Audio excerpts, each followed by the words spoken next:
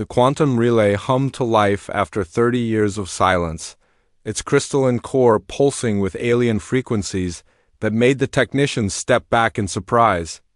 Deep within Earth's primary communication center, the message began to decode. Itself in languages humanity had never seen before, followed by a perfect translation that appeared as if by magic. Admiral Rebecca Torres received the notification while reviewing patrol reports in her underground office. The message was unlike anything in human history, an official invitation from the Galactic Coalition, requesting humanity's presence at a peace ceremony. 12 alien species, some of which had ignored Earth's existence for decades, were suddenly eager to welcome humanity into their ancient alliance. The invitation spoke of mutual protection, shared technology, and an end to the isolation that had kept humanity trapped in their small corner of the galaxy. It promised everything Earth's leaders had dreamed of since the first radio signals were sent into space, hoping for a response that never came. Now that response had arrived, wrapped in golden symbols and bearing the seal of civilizations that controlled entire star systems. Torres studied the holographic display, showing the ceremony location, a massive embassy station orbiting Titan 7, neutral territory that belonged to no single species. The architecture was beautiful beyond imagination, with spiraling towers that seemed to bend space itself around them. According to the message, representatives from all 12 coalition species would attend, making it the largest diplomatic gathering in galactic history. Ambassador William Hayes burst into her office without knocking, his face flushed with excitement, and his hands shaking as he held a printed copy of the translation. He had spent his entire career preparing for first contact, learning xenolinguistics and studying theoretical alien cultures. This moment was everything he had worked toward. The chance to represent humanity on the greatest stage in the universe. "This changes everything," Hayes said, spreading star charts across Torres' desk. "Trade routes that could bring prosperity to every world in human space. Technology that could solve our energy crisis, cure diseases we've never even encountered. They're offering us membership in the most powerful alliance the galaxy has ever known." But Torres had survived 3 major conflicts by trusting her instincts over optimistic reports, and something about the invitation felt wrong. The timing was too convenient, arriving just months after humanity had successfully tested their new quantum tunneling drives. For 30 years, these same species had treated human communication attempts with complete silence. Yet now they were extending friendship at the exact moment. Earth had achieved faster-than-light travel. She called Captain David Kim to her office, knowing his intelligence network had been monitoring alien communications for years. Kim had spent his career in the shadows, learning to read between the lines of encrypted transmissions and diplomatic doublespeak. If anyone could detect deception in the Coalition's sudden change of heart, it would be him. Kim arrived within minutes, carrying a thick folder of classified reports that painted a very different picture of the Coalition's intentions. His analysis showed increased military activity around Coalition borders, unusual fleet movements that suggested preparation for a major operation, and intercepted communications that mentioned humanity in terms that were far from friendly. "They've been watching us," Kim explained, pointing to surveillance data that showed alien probes near human colonies. "Every technological advancement, every military exercise, every expansion into new systems, they know exactly what we're capable of, and it's making them nervous." Species that develop faster than light travel tend to become expansionist, and they've seen what happens when warrior races join the galactic community. Torres examined the evidence while Hayes argued for the diplomatic opportunity of a lifetime. The ambassador genuinely believed this was humanity's chance to join a peaceful galactic community, to move beyond the conflicts that had marked their history and embrace a future of cooperation and shared knowledge. His enthusiasm was infectious, and Torres could see why the Coalition's invitation had excited Earth's leadership, but military experience had taught her that when something seemed too good to be true, it usually was. The Coalition had maintained their alliance for 800 years by eliminating potential threats before they could challenge the established order. Humanity's rapid technological development and aggressive expansion into space made them exactly the kind of threat the Coalition had historically removed. Torres made her decision with the cold calculation that had kept Earth safe through decades of uncertainty.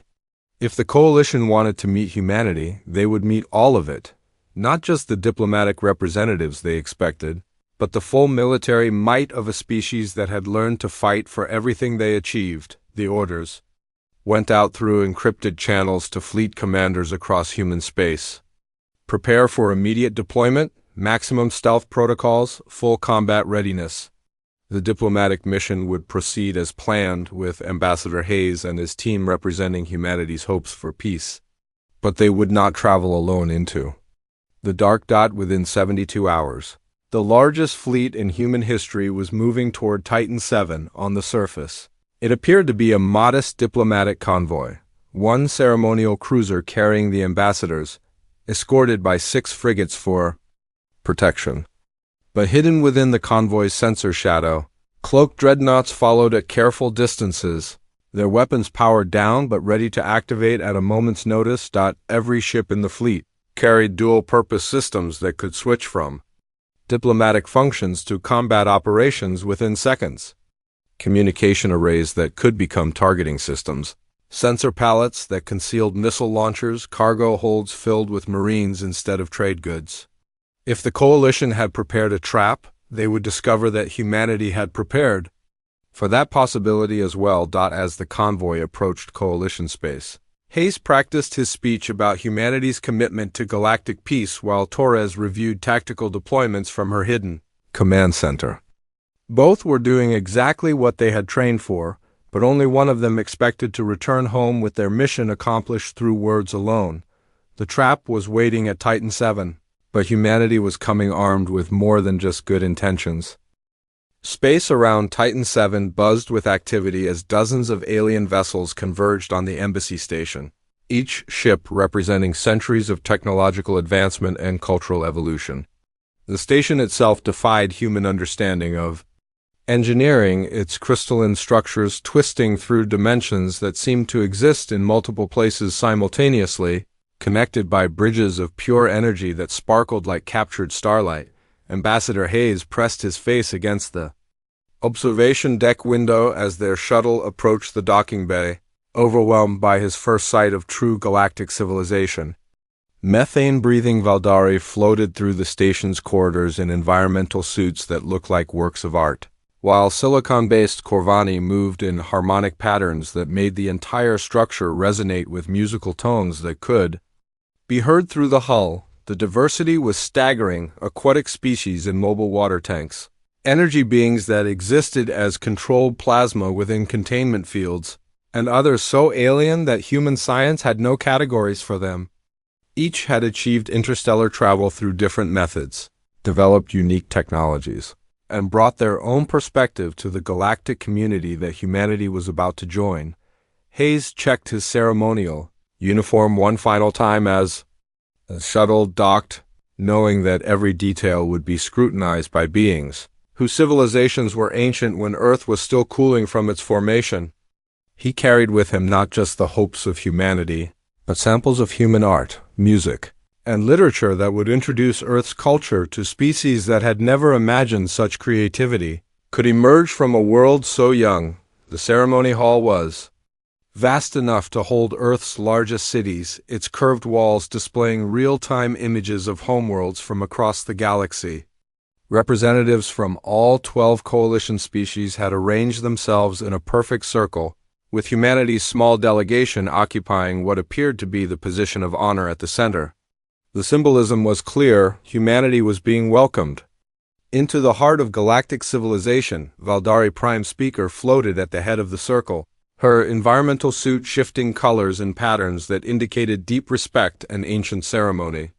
When she spoke, translation devices converted her methane-filtered words into perfect English that carried undertones of wisdom accumulated over millennia of peaceful cooperation between species. Humans of Terra, her voice resonated through the hall.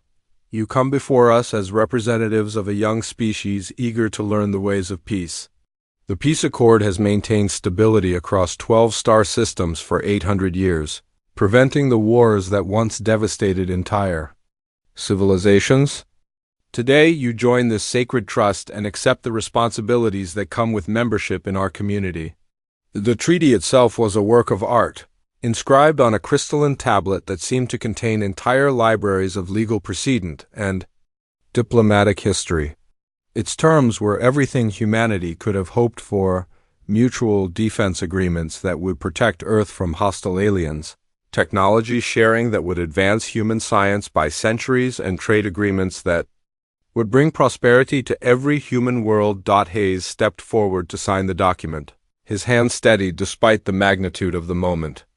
As his signature was encoded into the crystal matrix, holographic displays showed the ceremony being broadcast to homeworlds across the galaxy, billions of beings witnessing humanity's acceptance into the cosmic community. Children on Earth would grow up in a universe where they were no longer alone, but while the celebration continued in the ceremony hall, Captain Kim monitored the situation from the diplomatic cruiser's sensor station, his instruments detecting anomalies that the festive atmosphere couldn't explain. Long-range scanners showed massive energy signatures approaching Titan 7 from 12 different vectors, each moving with the precision of military formations rather than the random patterns of civilian traffic. Kim's analysis revealed the truth that none of the celebrants could see. Every coalition species had brought their primary battle fleets to the ceremony, warships that carried enough firepower to reduce entire star systems to cosmic dust. The formations were taking positions around the station in a pattern that any military academy would recognize as an encirclement maneuver designed to prevent escape. Admiral Torres, Kim transmitted on a secure frequency that couldn't be detected by coalition sensors. We have a serious problem developing. Those aren't ceremonial escorts accompanying the coalition delegates, they're attack fleets moving into combat positions. Every species has brought enough firepower to sterilize a dozen worlds. The celebration in the ceremony hall reached its climax as exotic foods were shared between species, cultural exchanges began, and promises of friendship were made between beings who had never met before. Hayes found himself genuinely moved by the warmth of his reception, the careful attention paid to human customs, and the obvious effort the coalition had made to welcome Earth into their alliance. Yet deep in the station's hidden sections, automated systems were quietly activating protocols that had been built into the structure's original design. Docking bay doors began cycling through security checks. Emergency containment fields powered up to full strength, and communication arrays shifted from diplomatic frequencies to military command channels. The embassy station was transforming from a symbol of peace into a carefully designed trap. Torres received Kim's warning while reviewing tactical displays in her concealed command center, watching as coalition fleets completed their encirclement of the station. The trap was elegant in its simplicity: invite the humans to a celebration, wait until their leadership was trapped on the station, then eliminate the entire species' command structure while their fleets were scattered across known space defending empty colonies. Prepare for immediate combat operations, Torres ordered her fleet commanders, knowing that the next few minutes would determine whether humanity survived its first encounter with galactic politics.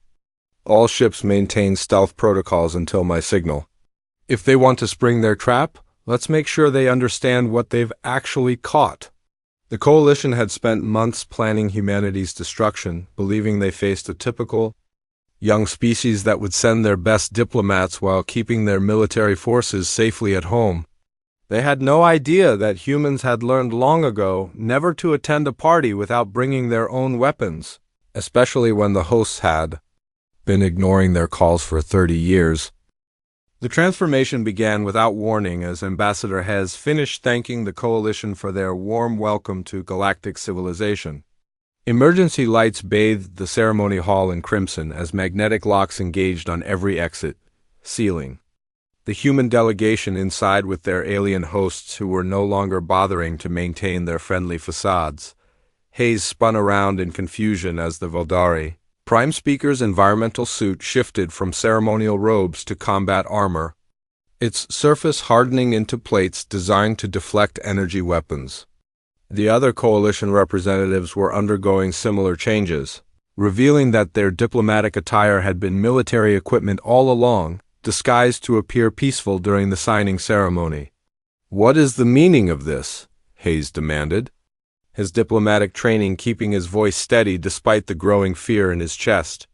The crystalline tablet containing the peace accord lay forgotten on the floor, its promises of friendship and mutual cooperation exposed as elaborate lies designed to lure humanity into a trap that had been centuries in the making, the Valdari. Prime Speaker's voice carried cold satisfaction as she explained the deception that had brought them to this moment. "The treaty was never about welcoming your species as equals, humans. Your rapid technological development and aggressive expansion patterns mark you as a potential threat to galactic stability. The Coalition has maintained peace for 800 years by eliminating such threats before they can challenge the established order." Through the hall's massive viewports, Hayes watched in horror as Coalition fleets decloaked around Titan 7, revealing hundreds of warships that had been hidden in the dark spaces between dimensions. Each vessel was the size of a human city, bristling with weapons that glowed with the distinctive blue energy of quantum disruptors technology that could tear apart matter at the molecular level. The sight should have been humanity's death sentence, the end of their dreams of joining the galactic community as anything other than a cautionary tale about species that grew too powerful too quickly. But the Coalition commanders staring at their tactical displays were about to learn that humanity had brought more than good intentions to their first diplomatic meeting. Space around the station began to shimmer as cloaked vessels materialized from seemingly empty vacuum, their stealth systems deactivating to reveal the largest human fleet ever assembled. Where the Coalition expected to find a small diplomatic escort, they discovered 300 warships arranged in perfect battle formation, their weapons already powered and targeting systems locked onto Coalition vessels. Admiral Torres' voice cut through the emergency frequencies that Coalition forces were using to coordinate their attack, her words carrying the authority of someone who had never lost a battle. "Coalition forces, this is Admiral Rebecca Torres of the Terran Defense Fleet. You have made a grave error in judgment. Humanity did not come to this meeting seeking charity or protection. We came to evaluate whether your species were worthy of our friendship." The Coalition fleet commanders found themselves staring at tactical displays they couldn't understand, showing human ships equipped with technology that their sensors couldn't identify. The vessels appeared to be constructed using principles that violated known physics, with energy signatures that didn't match any weapon systems in Coalition databases accumulated over centuries of warfare.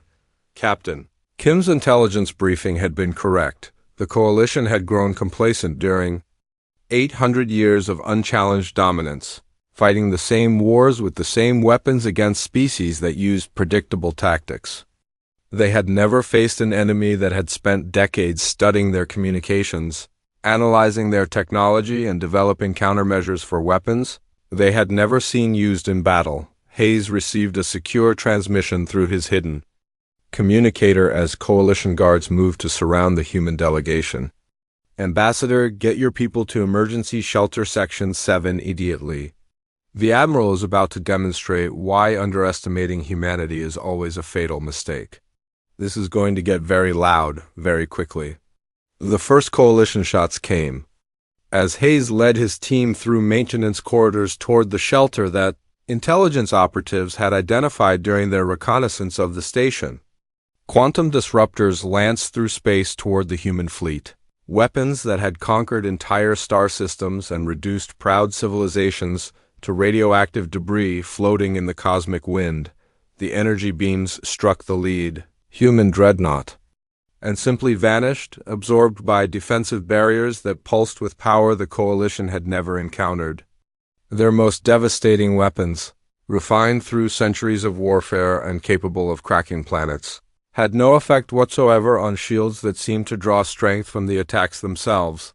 Coalition commanders watched their displays in growing panic as follow-up strikes yielded identical results, complete absorption of energy that should have vaporized any known material. The humans weren't just deflecting their attacks, they were feeding on them, converting quantum disruption into power for their own systems that grew stronger with each unsuccessful assault. Hayes reached the emergency shelter to discover it wasn't a hiding place at all, but a fully equipped command center that had been disguised as a diplomatic facility. Hidden weapon emplacements emerged from walls that had appeared to be decorative, while tactical displays showed real-time positions of every ship in the battle that was about to reshape galactic politics forever. The Coalition had prepared their trap with the confidence of predators who had never encountered prey capable of fighting back. They had studied human diplomatic protocols, analyzed Earth's communication patterns, and concluded that humanity would follow the same predictable patterns as every other species they had eliminated over the centuries, but they had never considered that a species capable of going from wooden sailing ships to interstellar travel in 500 years might have developed a few surprises along the way. The trap they had prepared with such care was about to become their cage, and humanity was holding the only key that could open it. The human counterattack began with surgical precision that turned the Coalition's overwhelming numerical advantage into a liability.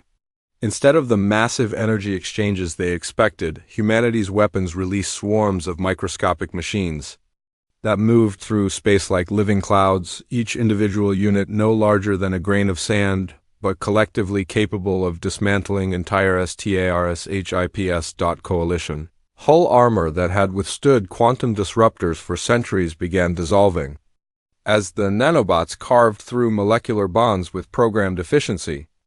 Emergency bulkheads sealed automatically as sections of flagship vessels simply ceased to exist, leaving behind perfectly smooth spherical cavities where vital systems had been moments before. Admiral Torres watched the battle unfold from her command center while Coalition forces discovered that their quantum tunnel drives had been mysteriously disabled, trapping their fleets in normal space with nowhere to retreat. The technology that had given them dominance over galactic trade routes for 800 years simply refused to function, leaving massive warships stranded like ancient sailing vessels becalmed in dead water. "Impossible," transmitted the Corvani fleet commander, his harmonic communications carrying panic across Coalition frequencies. "Our tunnel drives are based on dimensional physics your species has not even discovered. How are you preventing us from entering hyperspace when you lack the theoretical knowledge to understand the principles involved?" Captain Kim's response came through hijacked Coalition communication networks, his voice carrying the satisfaction of someone whose intelligence work had finally paid dividends. "Who said we lack theoretical knowledge?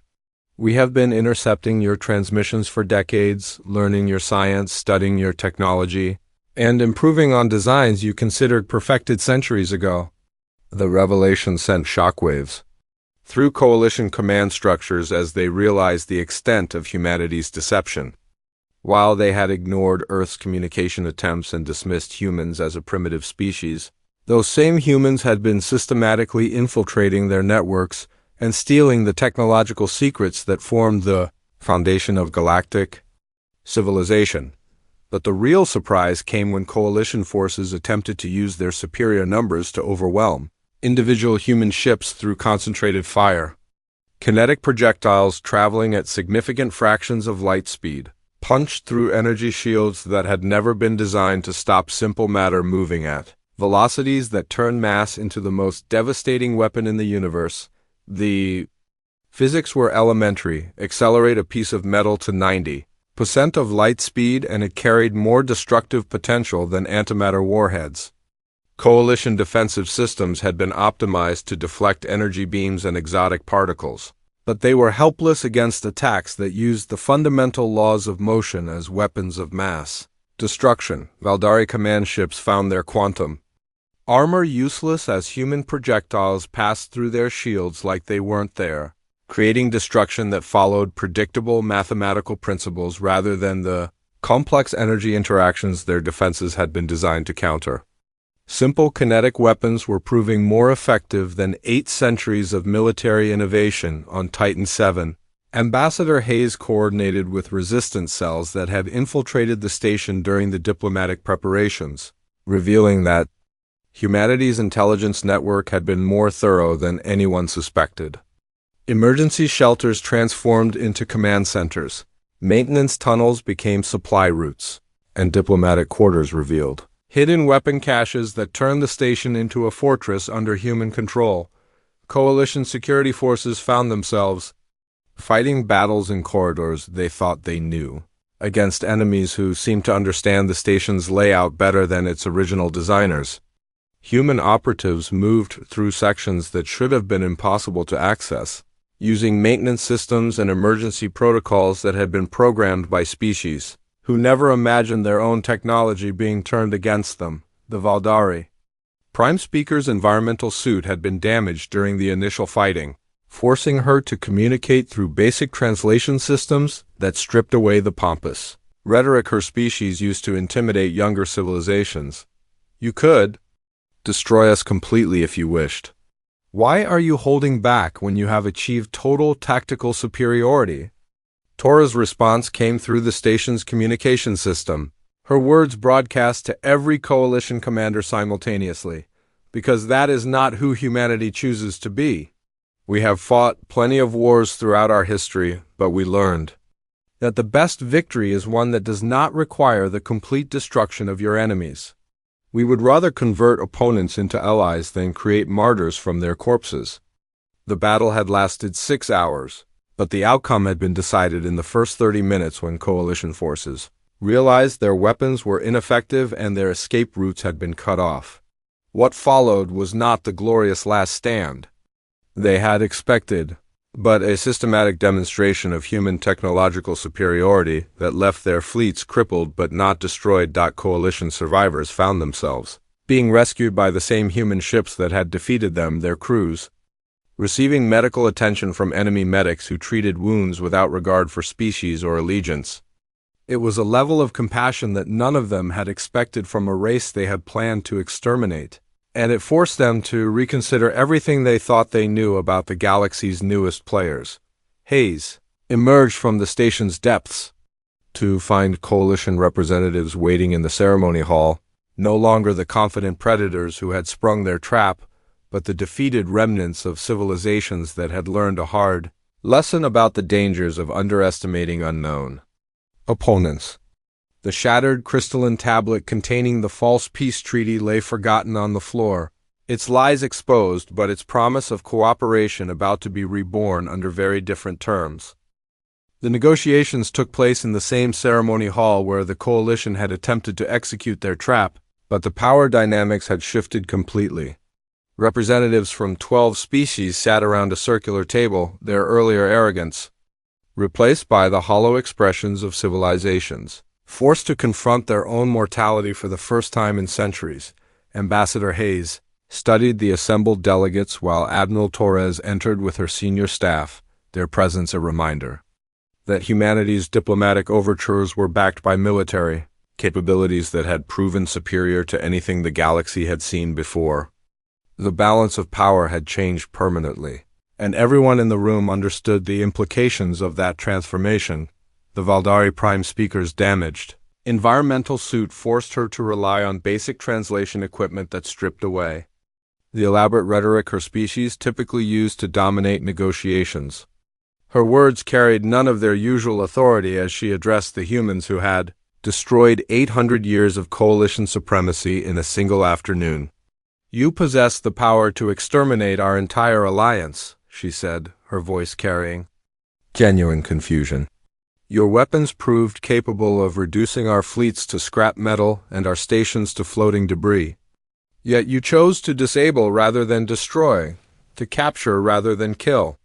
Such restraint is unprecedented in our experience with species that achieve military dominance." Torres positioned herself where all the coalition representatives could see her clearly, knowing that her next words would determine whether the galaxy moved toward a new era of cooperation or descended into the kind of warfare that had once devastated entire star systems. Her decision would affect billions of lives across dozens of worlds. Humanity has fought many wars throughout our short history, Torres explained, her voice carrying the authority of someone who had seen combat on multiple fronts. We learned, through bitter experience, that the most complete victory is achieved not by destroying your enemies, but by converting them into allies who share your goals and values. The concept seemed to confuse the coalition delegates who had maintained their alliance through 8 centuries of eliminating potential threats before they could challenge the established order. Their entire political structure was based on the principle that superior force should be used to maintain stability, regardless of the cost in lives or civilizations. Captain Kim presented intelligence files that revealed the true scope of the coalition's activities over the past 8 centuries, showing evidence of dozens of species that had been eliminated for the crime of developing technologies that might threaten galactic stability. The pattern was consistent: diplomatic contact followed by military action against any civilization that showed signs of becoming too powerful. Your species have grown complacent during 800 years of unchallenged dominance, Kim explained to the assembled representatives. You forgot that the galaxy contains threats that make humanity's military capabilities look modest by comparison. There are forces in the dark spaces between stars that would view your alliance as nothing more than a convenient collection of resources to be harvested. The Corvani fleet commander's harmonic tones carried genuine curiosity for the first time since the battle had ended. What do you gain from offering partnership rather than demanding submission? Your technological advantages would allow you to rule the galaxy through force, imposing your will on species that cannot resist your military superiority. Hayes took the lead in explaining humanity's vision for galactic civilization, drawing on philosophical principles that had guided Earth's development from a world of competing nations into a unified species capable of interstellar travel. The concept of voluntary cooperation between equals was foreign to beings who had maintained order through intimidation and superior firepower. Because ruling through fear is exhausting, Hayes replied, echoing conversations he had held with human leaders who had learned this lesson through centuries of failed empires. Eventually, subjects become rebels, allies become enemies, and the energy required to maintain control through force exceeds the benefits gained from that control. The new peace accord took 3 days to negotiate, with each article carefully crafted to prevent the kind of deception that had nearly led to humanity's extinction. Unlike the trap that had brought them together, this treaty was built on transparent terms that benefited all parties, while establishing clear consequences for species that attempted to abuse the system. Coalition members would share their knowledge of established trade routes, galactic politics, and the locations of hostile forces that threatened all civilized species. In return, humanity would provide military protection and technological innovation to alliance members who requested assistance, but always as partners rather than overlords seeking to expand their territory. The treaty's most revolutionary provision established a mutual defense agreement that would activate automatically if any member species attempted to eliminate another through deception or unprovoked aggression. The coalition's traditional method of maintaining stability through preemptive strikes against potential threats was replaced by a system that encouraged cooperation while punishing betrayal. Torres looked out at the stars through the ceremony hall's massive viewport, thinking of Earth's blue skies and the billions of humans who were depending on her to secure their future among the stars. The galaxy was vast and dangerous, filled with wonders and terrors that no single species could face alone, but together they might be able to explore its mysteries while protecting each other from its dangers. The signing ceremony concluded with genuine celebration rather than the elaborate deception that had marked the original event. Cultural exchanges resumed with authentic enthusiasm as species that had viewed each other as potential threats began to discover common ground in their shared desire to survive and prosper in an often hostile universe. As the diplomatic convoy prepared to depart Titan 7, Hayes reflected on how much had changed in the span of a single week. Humanity had arrived seeking acceptance into an existing galactic order, and instead had created something entirely new, an alliance based on mutual respect rather than fear. cooperation rather than domination, and the understanding that the greatest strength came not from the ability to destroy enemies but from the wisdom to turn them into friends.